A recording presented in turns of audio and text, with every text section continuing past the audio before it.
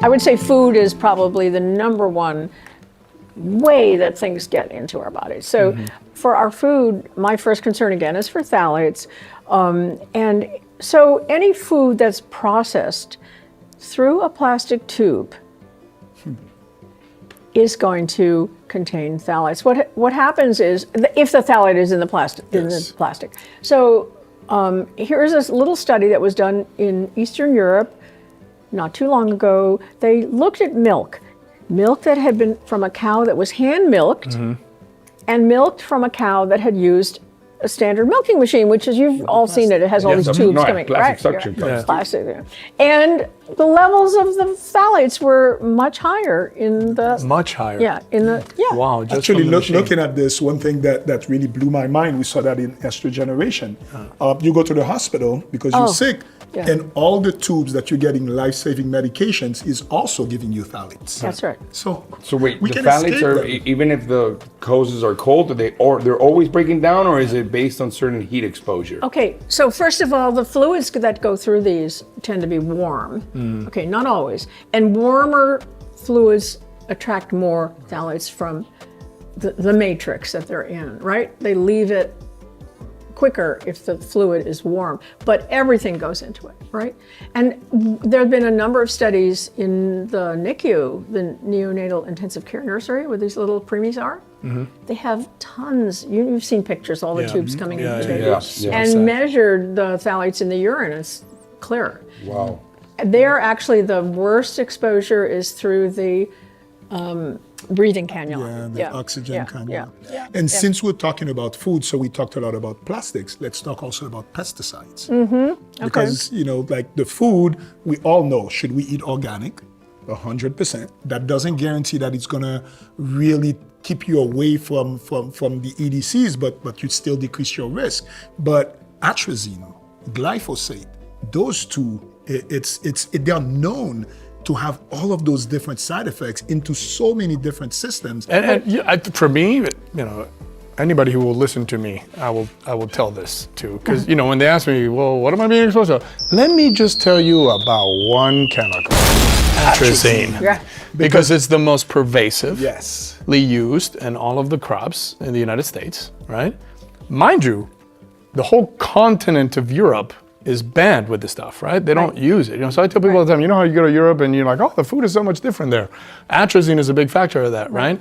But the thing that blew my mind was that it's allowed up to 3,000 nanograms per deciliter in the United States, right?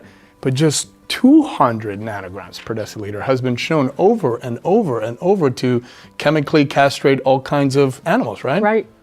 And we haven't talked about this, but it also produces frogs that are homosexual and have disorders of sexual development, which means they're born with ovaries and testes in the same animal. And it turns male fish into female fish.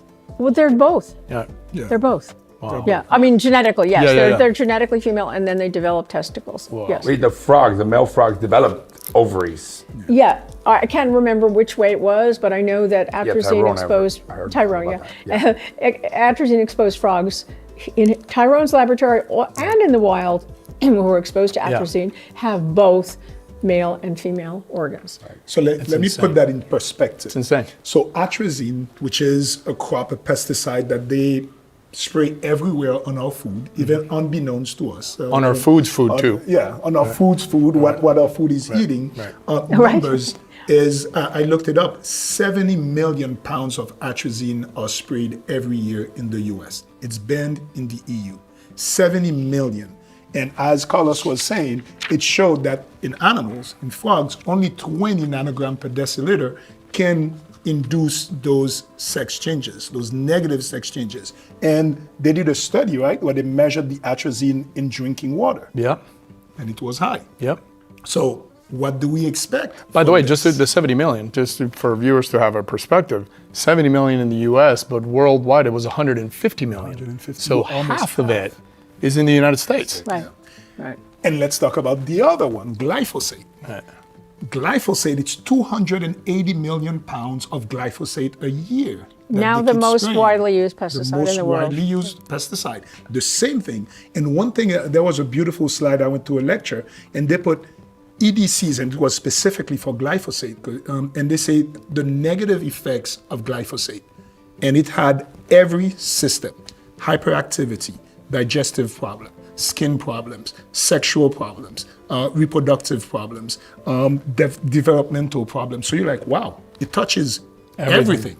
And it's everywhere. It's pervasive. So, yeah, so what we try to do, we Oh, yeah. don't drink Yeah, you brought that in water. plastic Rudy. bottle. Admit it. No. You brought that water. He's lying. And we drink, mostly, we try glass Or stainless steel. Yeah. right? Because we try to avoid. We try to eat organic as much as you can, especially the 12 dirty fruits and vegetables. You know, like all this is available, but we try the best that we can protect ourselves so that we don't ingest a lot of them. So, But you know what? It's something useful, Shanna, that you showed us earlier today. Because let's face it, if you're on the run, you live in a urban city. I'm thirsty. I mean, and they only have plastic water bottle. You're gonna drink, right? But you showed us earlier that you could actually look in the bottle and see. Let me see if I remember. 4, 5, 1, and 2. The rest is bad for you. Yeah? I got it right? All right. So if again, it says there 4 or is- 5. Yeah. Explain that if you don't mind. there is the number here at the bottom of the bottle, Right. and we just learned that all plastics are bad, Right. Yeah. but there are some that are Worse. worse, Like some that inorganic are and not as bad. inorganic type of thing. And the numbers are, tell me the little mnemonic again. 4, 5, 1, and 2. The rest is bad for you. Alright? I'll never forget that. So if you're gonna drink plastic, at least look here and try to go with those numbers. It's just awareness, just being aware Yeah, of it. 4, 5, 1, and 2. The rest is bad for you. It's a little tricky. Oh, of course it was gonna be. Of course. It's too easy. 7 is other. So 7 includes BPA, which we know we don't want, but it also includes potatoes. So Potatoes. you can make plastic out of vegetables. Why don't we And do that? Isn't that better? That sounds better already. It sounds better, doesn't it? But it Actually, you have turns to out it process has a big carbon footprint to grow the crops and produce the plastic. So, I mean, yes, we have to find a better solution, and probably potatoes won't be it. I don't know, but that number, I'm just pointing out that number is complicated because it couldn't be something very good or it could be something very bad. What about, I've noticed the straws. They've changed from plastic. A lot of places are using, I don't know what material they're using. Yeah, Why do they cardboard, use that paper. to make bottles? You can buy a box of water. Have Yeah, you a seen box that? of water. yeah, They're starting yes. to change Right? That's right. So there are alternatives like that. Yeah. But And you talked about BPA, which is great. BPA, again, it's the plastic. It's what makes plastic hard mostly. Correct. Right? And BPA, there was a big scandal after many years of litigation, of bringing it here. Finally, the big industry said, we will not be using BPA anymore. And what did they do?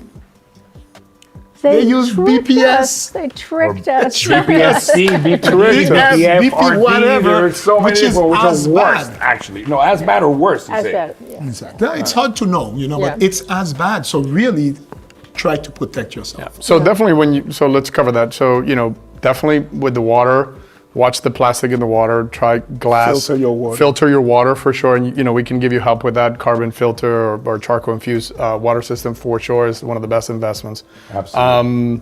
We talked about atrazine in foods, obviously trying to eat organic, especially organic meats, organic fish, wild-caught fish, right?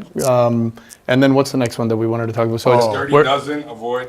yeah, so we're inhaling them, we're putting them on our Oh, skin. no. The inhaling Yeah. It's was the something last else, one yeah, for me. yeah. The inhaling, because I'm like, okay, I'm not putting bad products on my skin. I'm eating well. But now they found that dust, even air particles inside of your house can have phthalates. So you breathe And them. microplastics. And microplastics, microplastics. that are estrogenics. So now you've taken all that precaution and you're breathing it in and causing everything that we're speaking about. So, so again, at my house, I'm fighting that fight. We're not going to use things that we can smell, because if we can smell the fragrance, there's phthalates. There's in it. phthalates, yeah. So you can, the inhalation is really difficult to control. Right. And you know, it's important for people to know, because a lot of people will say, well, it's such a minuscule amount. I mean, you know, is it really damaging? But it's, and you talked about it, right? Forever chemicals. And they're just so pervasive that it's the mounting effect, right? The cumulative effect of the exposure that we have, whether we leave our home or not, right? It's coming from everywhere.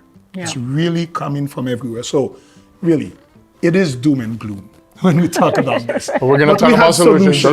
We are optimist fighters and For warriors. sure. Biohackers, Right? For sure. I think the last one you should talk about is the the study with the slow test by rubber ducky. Yes, so let's talk about this. The rubber ducky. Doesn't it look cute and innocent? And then we give it to our kids and our kids munch on them.